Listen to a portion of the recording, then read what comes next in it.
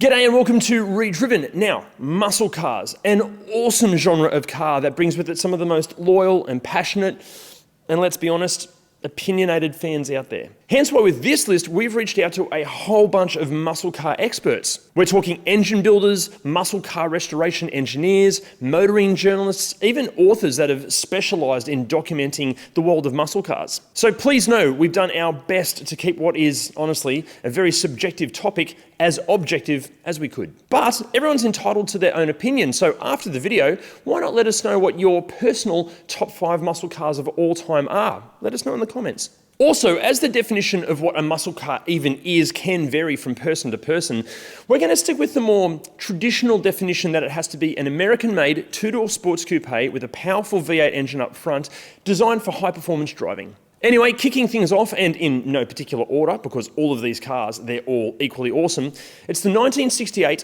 Hurst Hemi Dodge Dart LO23. Now, you know how I mentioned that this definition means that it must be packing a powerful V8 engine? Well, how's this for power? The 7-litre V8 in this thing pumped out 317 kilowatts and 665 newton meters of torque. However, it has been rumoured that some of these engines were putting out closer to 400 kilowatts from the factory. And remember, this was in 1968. Now, to put that into perspective, the standard Dodge Dart of the time was putting out a mere 86 kilowatts. So this thing had just over 4.5 times more power. That is insane. Although in saying that, the Hemi Dart, it did differ greatly from the base model car.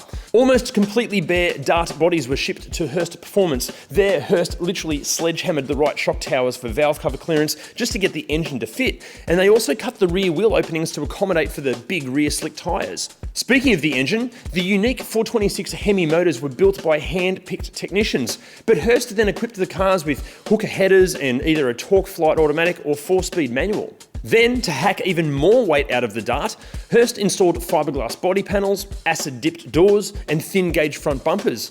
Chemcore side windows were also added, a pair of fixed lightweight van seats replaced the factory-fitted buckets, and industrial-grade batteries were placed in the boot. This all resulted in, and thanks to these Darts being built pretty much solely to beat everything else on the planet in drag racing, the Dart featuring an immense power-to-weight ratio, becoming what is regarded to be the fastest muscle car in history, being the very first street-based car to reach a sub-11 second quarter mile. But what's even more insane is that there are plenty of stories of these things dipping into the 9s, and we're talking over 50 years ago.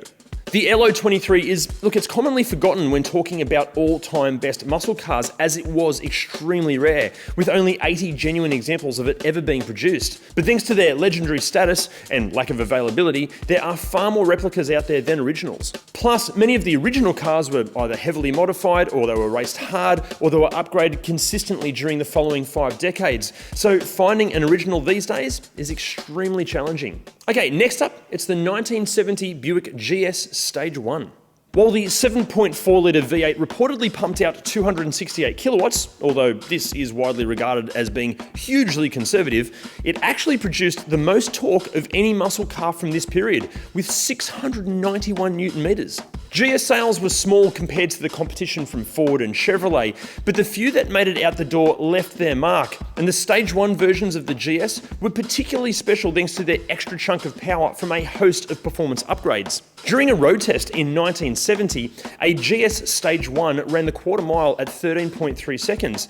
In comparison, the arguably more well-known 1970 Plymouth Barracuda, packing the same 426 Hemi as the LO23 Dart mentioned previously, lost the race by 4/10, only managing a time of 13.7 seconds. Plus, the GS was some 250 kilograms heavier than the Barracuda as well. The GS Stage 1 is arguably one of the most severely overlooked muscle cars in history, with much of the attention being bestowed upon Chevy and Pontiac with their image-leading Chevelles and GTOs.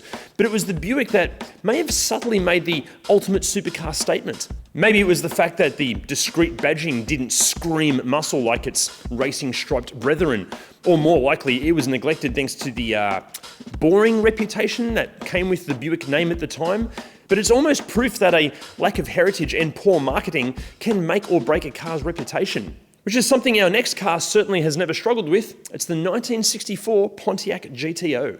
The Pontiac GTO is widely acknowledged as the car that really kicked off the 1960s muscle car era, thanks to Pontiac more or less introducing the trend of releasing more performance-orientated versions of their ordinary cars. It was initially offered as an optional package on the mid-size Pontiac Tempest, and it was the first truly mass-market high-performance model to follow the big displacement engine route, using a 6.4-litre, 242 kilowatt, 598 Newton meter V8 engine in place of the entry-level Tempest's 104 kilowatt 6. But plenty of optional extras were available for the GTO, including a 4-speed manual transmission, a super turbine 300 2-speed automatic transmission, metallic drum brake linings, limited slip diff, heavy-duty cooling, wider wheels, bonnet scoops, a ride and handling package, and a more powerful engine tune featuring a 3 dual-barrel carb setup named Tri-Power, giving 260 kilowatts. However, many at the time reacted negatively when Pontiac announced that their new Tempest sports model was going to be called the GTO.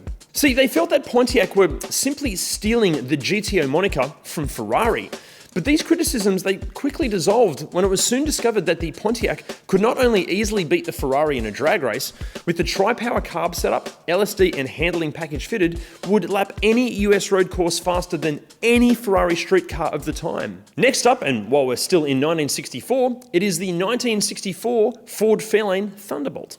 Not only is the 64 Fairlane Thunderbolt one of the all-time greatest muscle cars, it's also one of the rarest, being technically an experimental car created for the sole purpose of winning professional drag races and the NHRA Championship.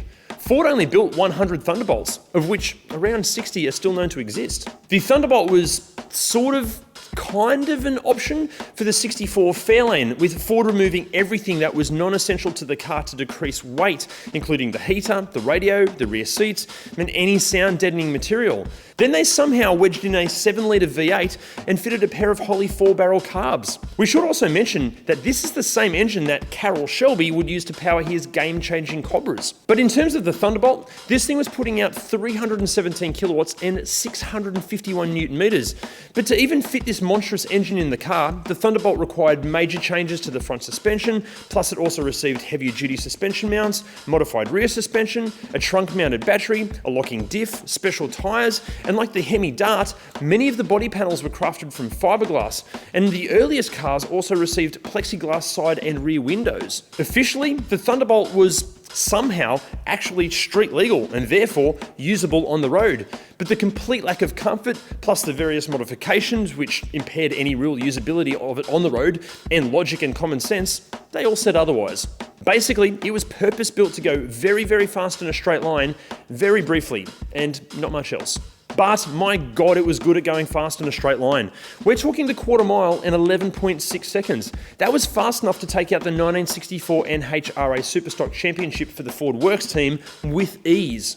Now guys, before we get to our final muscle car, I've got to ask a favor. If you're enjoying this video, can you give those like, subscribe and bell buttons a little bit of a tickle? That'd be awesome. And if you're enjoying ReDriven, can you share ReDriven as much as you can? Because the more you share of our stuff and the more you hit those buttons, the more of this content we can make, and hopefully that's a good thing. Now finally, and remember in no particular order, it's the 1955 Chrysler C300. Regardless of its big, luxurious, boaty presence, this thing, it does not muck around. The 300 in C300 stands for the standard 300 horsepower you got when you bought one of these things back in 1955. But bear in mind, this was the very first production car in history to be sold with 300 horsepower, or 220 kilowatts for those of us using a unit of measurement that actually makes any sense. Regardless of how you count, this sort of power in 1955 is truly incredible. Granted, it weighed nearly 2 tons, but still bloody amazing. Chrysler immediately put this power to good use by doing what any car manufacturer with a fast car in their lineup would do at this time: take it motor racing. The C300 was actually homologated with the specific intent to compete in NASCAR, and it did so with dominant success. The C300 was easily one of the fastest cars of its time, boasting a top speed of 204 kilometers an hour and breaking the Daytona flying mile record for production cars by a pretty sizable 11.2 kilometers an hour. This outrageous speed for the time was all thanks to the now legendary 220 kilowatt, 468 newton meter, 5.4 litre firepower V8. That's right, this engine was called the Firepower V8. Do you hear that, Toyota? Your V8 is called what, the 2UR GSE, this thing's called the Firepower. Why can't car companies call their engines things like Firepower anymore? The C300 is undoubtedly one of the all-time greatest muscle cars, but it arguably also could be one of the most underrated cars of all time. It has pedigree, it has style and performance. But regardless of all of its accomplishments and the attention through motorsports, only about 1,700 were actually sold, which is honestly pretty sad. More people need to know this thing's legacy and what it's really capable of. Now look, I know we haven't dabbled in the whole muscle car world a whole lot here on ReDriven, but what did you think of this list? Do you want to see more muscle car content? We were thinking maybe like a top 5 international muscle cars or a top 5 modern muscle cars. Let us know. Do you want to see stuff like that? And what cars would you like to see make up those lists? Also, remember, can you please smash those like, subscribe and bell buttons, and why not go and check us out on the socials as well? See you next time. We're talking engine builders, two-door sports coupe with a V8 heavier than the Barracuda 2. 500 Newton meters. And while we're still in 1964, it's the 1960 Ford f***ing dickhead. Basically, let us know what you think. Oh, and let us know what cars you think should make up. It was good. It was good until then, Cal, and then I stuffed it up.